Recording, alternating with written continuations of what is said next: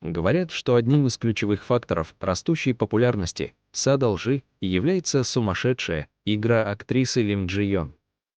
В фильме она играет роль Чу Сан Ин, женщины, которая часто страдает от домашнего насилия и вынуждена столкнуться с десятками неприятностей после убийства мужа, чтобы освободиться. Помимо финансовых трудностей, ей также приходится противостоять Пак Дже Хо, Ким Сон Хо, найти способ обвинить этого человека и шантажировать его. А вы как думаете? Сюжет дорамы «Ложь, спрятанная у меня в саду».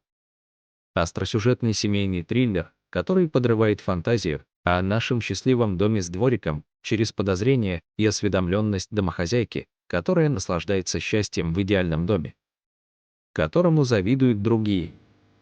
Всем любителям триллеров желаю посмотреть с удовольствием.